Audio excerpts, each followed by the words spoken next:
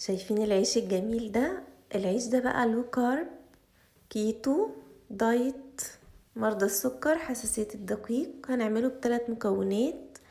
المكون ده اللي هو الاول حاجة السمسم، طحنته في الكبة، خدت منه كوباية، وبعدين خدت 6 بيضات، فصلت الصفار عن البياض زي ما انتوا شايفين. يعني احنا هنستعمل فيه السمسم والبيض، وتالت مكون الجبنة النستو او الجبنة الكيري. اخدت ال6 بيضات، فصلتهم كده، وحطيت معلقة خل، وحطيت كوباية السمسم اللي طحنته، كوباية سمسم مطحونة. بعد كده حطيت ال8 قطع جبنة نستو او جبنة كيري، تقدري تستخدميها لايت برضو، ونقلب كله على بعضه. بعد كده البياض هاخده، هحط عليه شوية ملح وهخفقه كده لحد ما يبقى مرنج، لحد ما اقلب الطبق والاقيه ما بينزلش، ده كده يبقى مظبوط. هبتدي اخد من البياض شوية بشوية واقلب على السمسم والصفار. تقدروا تعملوا نص الكمية، وانا كاتبالكوا كل المقادير في اخر الفيديو. ممكن تعملوا نص الكمية بس، لان الكمية دي طلعت لي عيش كتير ما شاء الله. اخر حاجة ضفتها معلقة بيكنج باودر كبيرة. وطبعا انا هقلب بالراحة، بس الفيديو انا مسرعاه فبين لكم ان انا بقلب بسرعة، لكن مفروض التقليب يبقى في اتجاه واحد وبالراحة. طبعا انا مشغله الفرن على 180. جبت صواني وفرشتها ورق زبدة، وبالمعلقة كده زي ما انتوا شايفين بكل سهولة هبتدي احط الخليط بالمعلقة بتاع الخبز، وهرش بقى سمسم وحبة البركة، لو مش عاوزة ما ترشيش. بصوا دول صينيتين طلعوا، كان لسه في صينية تالتة في الفرن. هفتح لكم بقى وتشوفوا شكله كمان من جوه عامل ازاي، هش وخفيف وابيض وطعمه تحفة. لازم بجد تجربوه. دي تالت صينية. بصوا بقى من جوه، اكيد يعني ايه المنظر بيحكي عن نفسه. يعني شايفين العيش هو ناقص يعني يتكلم خلاص ويقول انا جميل. يا ريت تجربوه وتقولي لي رأيكم في الكومنتات. بفرح جدا بتعليقاتكم ولايك للفيديو، ويا ريت اللي لسه ما اشتركش في قناتي يشترك فيها. دي المقادير، ممكن تعملوا نصها. اشوفكم على خير ان شاء الله في فيديو جديد، والسلام عليكم ورحمة الله وبركاته.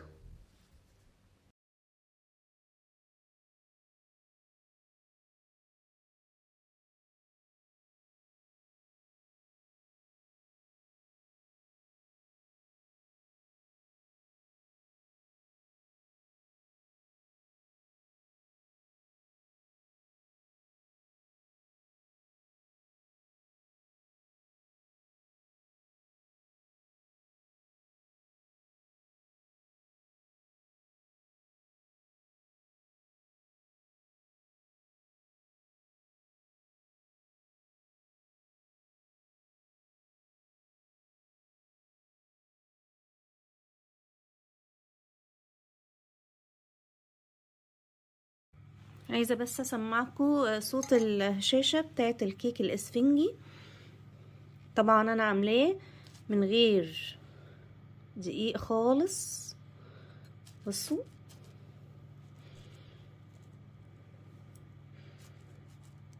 سامعين؟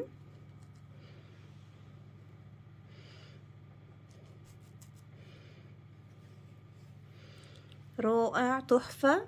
يعني عاملاه من غير دقيق، من غير شوفان، ومش حاطه عليه اي نوع من انواع الدهون ولا زيت ولا سمنه ولا زبده.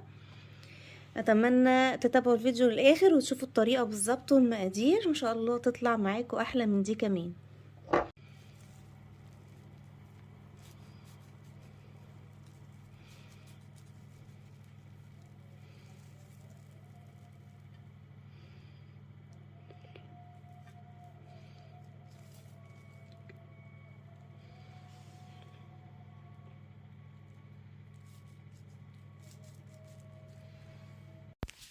السلام عليكم واهلا وسهلا بيكم في فيديو جديد على قناتي مطبخ ايمان عاطف. لو اول مره تشوفيني مهتمه بالاكل الصحي اللذيذ واكل الدايت، ما تنسيش تشتركي بقناتي وتفعلي اول جرس عشان يوصلك كل الاشعارات الجديده. زي ما سمعتكم في اول الفيديو، الكيك الاسفنجي الهش اللي عاملاه من غير دقيق، سمعتكم صوت هشاشه الكيك والخشخشه اللي بنسمعها مع الكيك الناجح الاسفنجي. الكيك ده ما شاء الله يناسب جميع انواع الدايت واللو كارب والكيتو، السكريين ومرضى حساسية الجلوتين. الطلب مني وكنت لازم انفذه لكم. ان شاء الله لما تشوفوا الفيديو للاخر وتتبعوا نفس الخطوات مع المقادير والتفاصيل اللي هقولها من خلال الفيديو، هينجح معاكم من اول مرة وهيطلع كمان احلى من ده بكتير. طعمه هيعجب الصغيرين قبل الكبار. تعالوا بقى مع بعض نشوف المقادير والمكونات. اول حاجة معايا كوب من السمسم الني، مش محمص، ني. هطحنه في الكبة او في الخلاط، ينفع في الخلاط عادي. المهم ان احنا هنطحنه لحد لما يكون القوام ناعم خالص بتاع السمسم. شايفين ناعم ازاي؟ هجيب بعد كده 6 بيضات يكونوا بدرجة حرارة الغرفة، وانا استخدمت الكوب مع السمسم و6 بيضات لاني هعمل الكيك يكون كبير. فانتوا لو عاوزين تجربوا في مقدار صغير ممكن تقسموا المقادير كلها على 2، يعني بعد ما تعملوا كوباية سمسم هتاخدوا نص كوباية سمسم، وبدل ما تعملوا 6 بيضات هتاخدوا 3، وبقية المقادير برضو هتقسموها على 2. فانا فصلت البياض عن الصفار بالشكل ده، خدت الصفار حطيته مع السمسم والبياض في طبق نظيف مفيهوش ولا نقطة مية. طبعا البيض لازم يكون بدرجة حرارة الغرفة، ما ينفعش نطلعه من التلاجة ونستخدمه على طول، على الاقل تسيبوه نص ساعة برا التلاجة. خدت بقى الصفار على السمسم اللي طحنته ناعم كده بالشكل ده. هستخدم بقى في التحلية سكر ستيفيا، لان طبعا مريض السكر او اللي بيتبع نظام الكيتو او الدايت بيستخدموا سكر ستيفيا، ما ينفعش يحلوا بعسل النحل. انما لو الكيك هيكون عايزينه كيك صحي، يعني هنأكل منه اطفال او حاجة، هنحلي بالعسل النحل. هاخد ربع كوباية من سكر ستيفيا وهضيفها مع السمسم والصفار في الكبة بالشكل ده. وطبعا طالما خدت بيض يبقى لازم اضيف فانيليا. هضيف كمان معلقة كبيرة من الخل، وهضيف 8 قطع من الجبنة الكريمي، القطعة 15 جرام، القطعة الواحدة 15 جرام، ودول 8 قطع من الجبنة الكيري. طبعا لو هقسم المقدار برضو هاخد 4 قطع بس، يعني لو هعمل نص المقدار هقسم كل المكونات على 2. بعد كده هاخد بقى معلقة كبيرة من البيكنج باودر وهضيفها للكبة، وهاخدهم كلهم كده وهبتدي ان انا اضربهم مع بعض لحد لما يمتزجوا تماما بالشكل ده. بيمتزجوا بكل سهولة اهو. هوريكم برضو شكلهم دلوقتي بعد لما يمتزجوا مع بعض، وهوريكم القوام بتاعهم عامل ازاي. لسه طبعا البياض هنشوف هنعمل فيه ايه. ده شكل القوام والخليط. هنجيب بقى بياض البيض اللي احنا فصلناه وهنضيف له ذرة ملح، شايفين ذرة ملح قد ايه. وهبتدي بقى بالمضرب الكهربائي بتاع البيض اخفق لمدة 7 أو 10 دقايق لحد لما البياض يبقى شبه المارينجو. هوريكم شكله دلوقتي، اللي هو لما تيجوا ترفعوا المضرب بتاع البيض يعمل لكم شكل المنقار كده، ولما تقلبوا طبق البياض ما ينزلش على الرخامة. وهوريكم دلوقتي شكله المفروض يكون عامل ازاي. شايفين ده بعد تقريبا 7 دقايق. هقلب بقى الطبق، بصوا كده يبقى تمام جدا، مش عايزة اكتر من كده.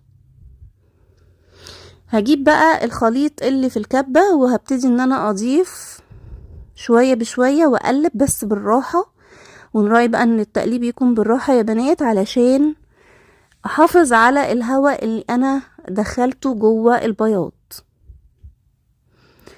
وطبعا مش هنزل بالخليط كله مرة واحدة برضو علشان احافظ على الهواء اللي انا دخلته، فهاخد شوية بشوية وهقلب. شايفين بقى السمسم مع الصفار مع الجبنة الكريمي مع سكر ستيفيا مع الفانيليا مع الخل، وطبعا الفانيليا طبعا انا هكتب لكم كل المقادير في اخر الفيديو. شايفين شوية بشوية، مش كله هننزل بيه مرة واحدة. الكيك طعمه رائع رائع رائع، يعني بصراحة تحفة. مش هينفع طبعا لو هنعمل بعسل نحل، لو الكيك هيكون مش لمرضى السكر ولا الكيتو وهنعمله بعسل النحل، مش هينفع نستبدل عسل النحل بدبس التمر، لان دبس التمر طبعا هيغمق لي الكيك. خلاص كده دي اخر حاجة اهو. ناخد كل حاجة بالسباتشولا، حلوة جدا دي بقى ايه، بتطلع كل اللي في الكبة. عشان قبل كده حد قال لي انت ليه مش بتاخدي بقيه في الطبق؟ لا انا باخده، بس يعني ايه، بره الفيديو، بس عشان تطمنوا المره دي انا ما بسيبش حاجه يا بنات. بقلب بقى في اتجاه واحد وبالراحه وبشويش خالص اهو. شايفين القوام بتاع خليط الكيك عامل ازاي؟ ودلوقتي هجيب بقى القالب اللي انا هسوي فيه. انا هسوي في قالب بايركس، عايزه بقى تسوي في قالب الومنيوم، عايزه تسوي في اي قالب عندك ينفع، بس طبعا لازم تبطنيه. انا بطنته بالزيت بس، القالب البايركس نقطة بسيطة يعني من الزيت. طبعا لو هقلب الكيك فلازم نرش رشة من الدقيق، بس انا يعني مش هقلبه، هاخد من الصينية عادي. طبعا ممكن تفرشوا ورق الزبدة لو عايزين تقلبوا، وتدهنوه برضو زيت في ورق الزبدة. شايفين بقى انا خلاص اهوت صبيت الخليط، وطبعا انا مشغله الفرن على 180 مسبقا. هوريكم دلوقتي كمان شكلها وهي في الفرن وانا بختبرها بعد مرور ساعة الا ربع. هوريكم شكلها في الفرن كان عامل ازاي. بصوا الخليط بقى عامل ازاي، لسه هتعلى تاني يعني. لازم الخليط يكون معاكي بالقوام ده علشان تطمني انها هتنجح ان شاء الله معاكي. ده شكلها بقى في الفرن. هختبرها بخلة السنان، خلة اسنان نظيفة، ونختبرها. ده بعد مرور ساعة الا ربع. هسيبها 5 دقايق كمان وبعدين هطفي عليها وهسيبها في الفرن شوية، مش هطلعها على طول عشان ما تهبطش. بعد بقى لما سبتها بعد ما طفيت، ده شكلها النهائي. على فكرة لونها في الحقيقة كان احلى من كده بكتير، بس طبعا انا الاضاءة عندي للأسف مش مساعداني. هقسمها بقى، مش هستنى بقى لما تبرد، انا عايزة اوريها لكم بسرعة، كنت مستعجلة علشان اخلص الفيديو، فمش هستنى لما تبرد. بصوا وهي حتى بتطلع دخان اهي.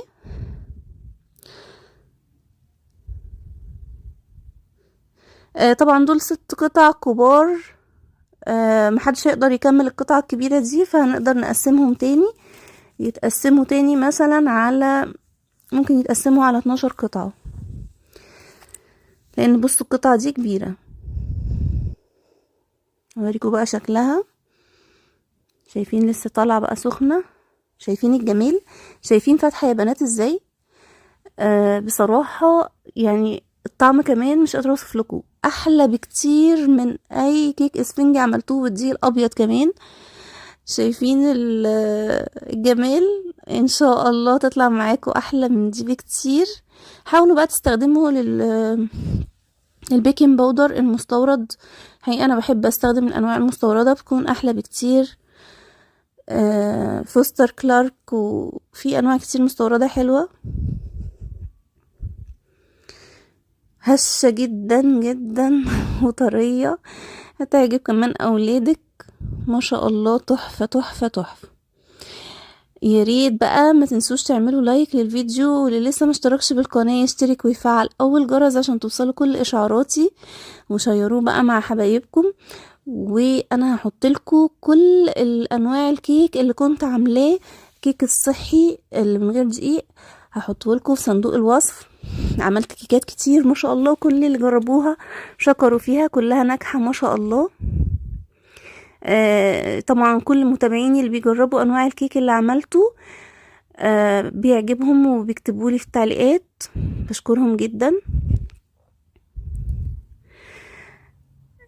اتمنى بقى ان انتوا تشيروا الفيديو يا بنات، وعايزة بقى لايك كتير كتير عايزة الفيديو ده يعلى ويوصل لكل الناس، لان حقيقي في ناس كتير يعني مرضى كتير، مرضى حساسية جلوتين، مرضى سكر محرومين من الحاجات دي. لا مش مفيش حرمان ان شاء الله. لما تعملوا الكيكة دي مش هتحسوا باي اختلاف عن الكيك العادي بصراحة. ده غير ان هي صحية ومغذية. طبعا احنا كلنا عارفين فوائد السمسم للعظم، كل يعني مصدر جيد جدا، مصدر من مصادر الكالسيوم. فيعني هي مغذية كمان، مش بس للدايت، لا دي صحية ومغذية. انا عاوزاكم تعملوا سيرش كده على جوجل على فوائد السمسم. شايفين بقى الجمال؟ نفتح كده بقى ونشوف كمان من الداخل شكلها عامل ازاي. انا بحمسكم ان انتوا تقوموا تجربوها حالا ان شاء الله. لما تجربوها هتدمنوها ومش هتبطلوا تعملوها. زي ما قلت لكم ان انتوا مش لازم تعملوا الكميه الكبيره دي من اول مره. انا هحط لكم المقادير دلوقتي وتقسموها على 2. اشوفكم على خير في فيديو جديد، ومع السلامه.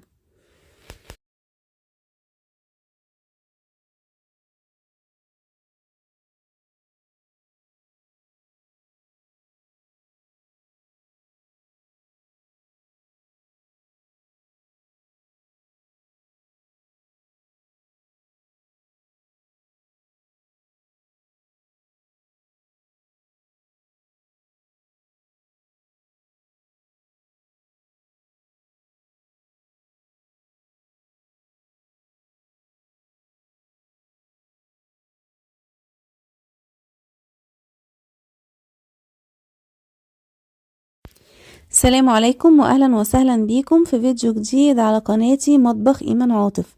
النهاردة ان شاء الله هقدم معاكم بسكوت لذيذ جدا وصحي من غير اي نوع من انواع الدقيق ومن غير سكر، وهقول لكم كمان على كل البدائل واحنا شغالين.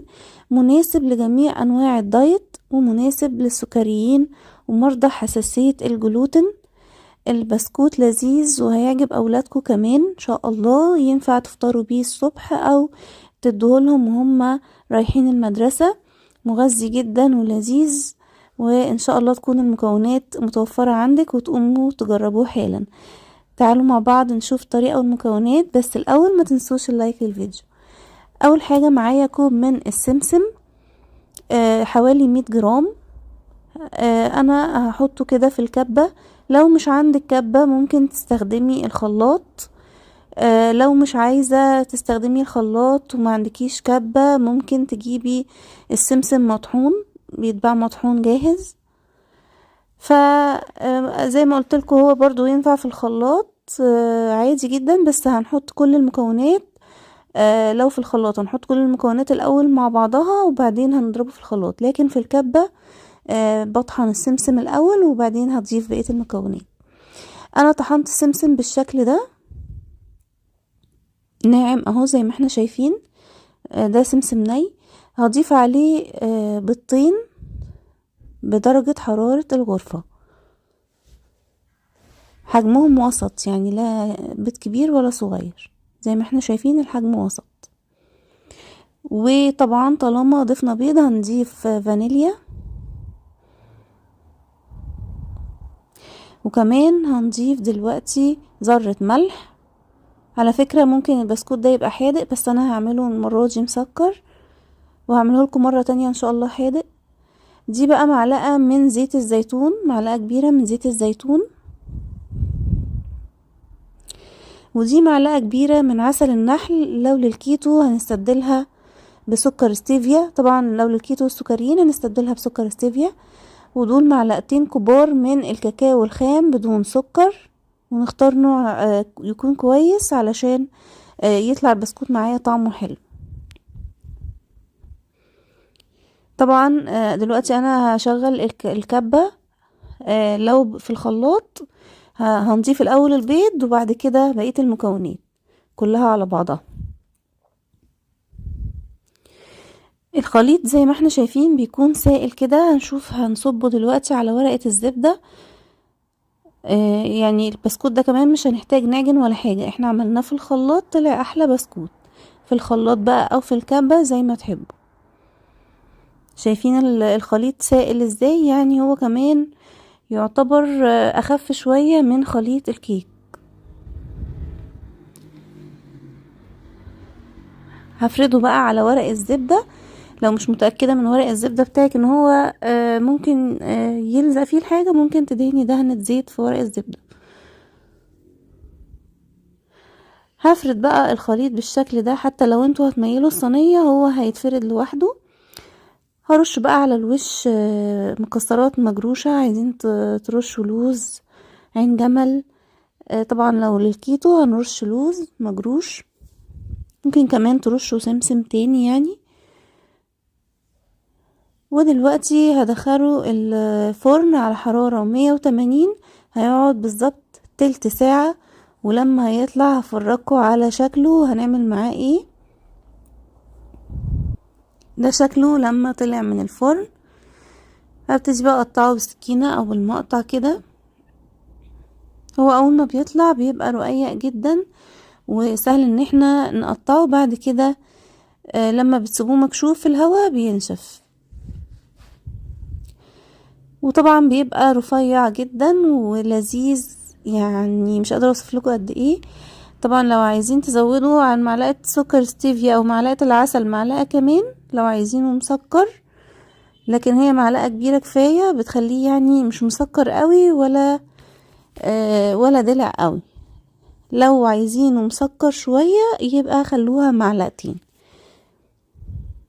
وانا كاتبالكوا كل المقادير في اخر الفيديو، وان شاء الله هعمل لكم منه بسكوت حادق.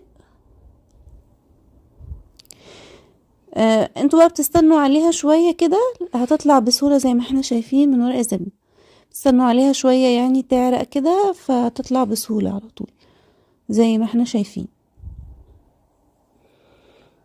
شايفين بقى من ظهر البسكوتة وهي رفيعة، اظن شكله واضح. يعني ان شاء الله هتدمنوه، يعني هتعملوه دايما، مش هتبطلوا تعملوا البسكوت ده.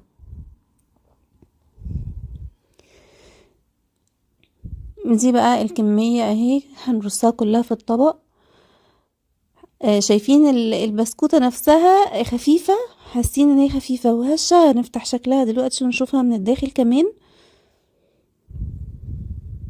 طعمه لذيذ جدا جدا. ده غير طبعا ان السمسم ده مصدر هام جدا للكالسيوم، مفيد جدا للعظم. طبعا خشوا بقى دوروا على فوائد السمسم في جوجل، فوائد كتير قوي. احنا نقدر كمان نتحكم في السعرات، نقدر ناكل منه على حسب احتياجاتنا. انا شايفة ان 2 الصبح في الفطار مع كوباية قهوة باللبن حقيقي حاجة مشبعة وتحفة ولذيذة. ده بقى شكله. هنفتح كده ونشوفه من الداخل. بصوا ظهر البسكوتة مفرغ ازاي. انا ما ضفتش بيكنج باودر على فكرة، هو ما شاء الله كده لوحده هش مش مكتوم. نفتح بقى كده ونشوف شكلها كده، نقطعها. شايفين بقى شكلها من الداخل عامل ازاي.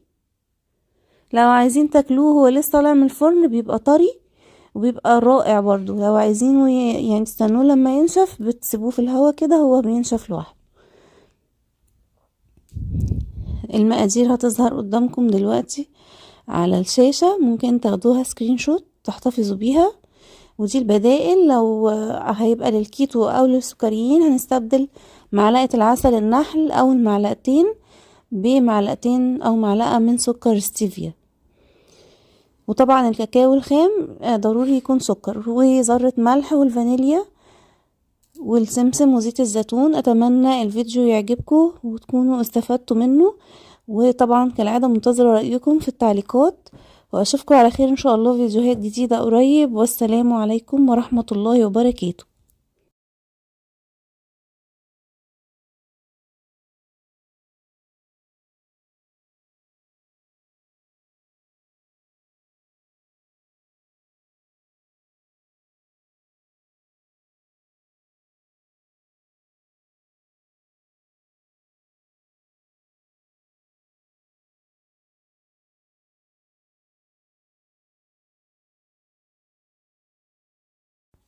السلام عليكم واهلا وسهلا بيكم في فيديو جديد على قناتي مطبخ ايمان عاطف.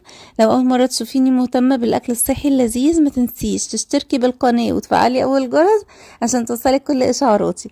عملت النهارده وصفه قرص صحيه ب3 مكونات بس، هتعجب اولادكم جدا جدا وهتعجبكم قوي، ومناسبه كمان لكل انواع الدايت ومرضى حساسيه الجلوتين، لان انا مش ضايفه فيها دقيق خالص ولا حتى شوفان. عملتها كمان من غير سمنة ولا زبدة ولا زيت. دي كمان وصفة قرص كنت عاملاها من فترة، لو عاوزينها قولولي في التعليقات هنزلها لكم الفيديو الجاي. برضو لو كارب وب3 مكونات فقط. تعالوا بقى نشوف اول وصفة للقرص. معايا 2 من السمسم، هطحنهم في الخلاط طحن ناعم وافضيهم كده في الطبق اللي هعجن فيه، وفي نفس الخلاط هحط 3 بيضات بدرجة حرارة الغرفة، عليهم 200 جرام من ايه بقى، من الجبنة القريش. اللي ما يعرفش ايه هي الجبنة القريش انا كنت عاملاها قبل كده على القناة، لو عاوزينها قولولي احط لكم اللينك بتاعها في التعليقات. بعد ما ضربت البيض على الجبنة القريش نزلت بيهم على السمسم. الجبنة القريش على فكرة طعمها لذيذ جدا وبتتباع جاهزة في السوبر ماركت، يعني انصح ان انتوا تجيبوها من غير ملح علشان تستخدموها في الوصفات، علشان لو عاوزين تخلوا القرص دي مسكرة او حادقة تقدروا تتحكموا لو الجبنة القريش من غير ملح. وانا زي ما قلت لكم عاملاها برضو على القناة بالحليب، سهلة جدا وبسيطة يعني. قلبت بقى الجبنة مع البيض مع السمسم اللي طحنته، وانا كاتبالكم المقادير برضو في اخر الفيديو.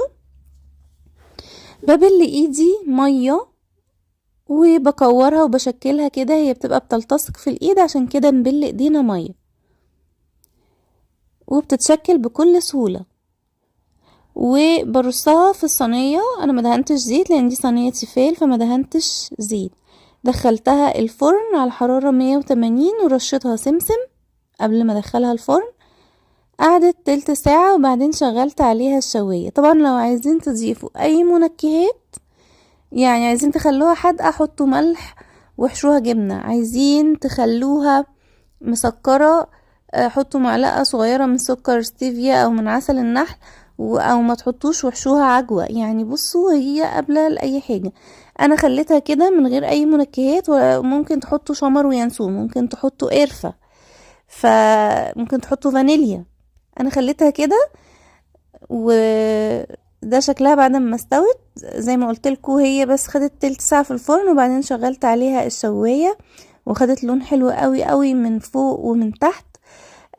فانا عملتها من غير منكهات خالص، علشان ولادي ساعات مثلا اللي يحب يدهن جبنة، اللي يحب يدهن نوتيلا صحية او مربى او لوتس، يعني هما بقى اللي يحبوه. فانا خليتها لهم كده، وهم اللي عايزين بالجبنة بيحطوا، واللي عايزينها مسكرة برضو بيدهنوا عليها.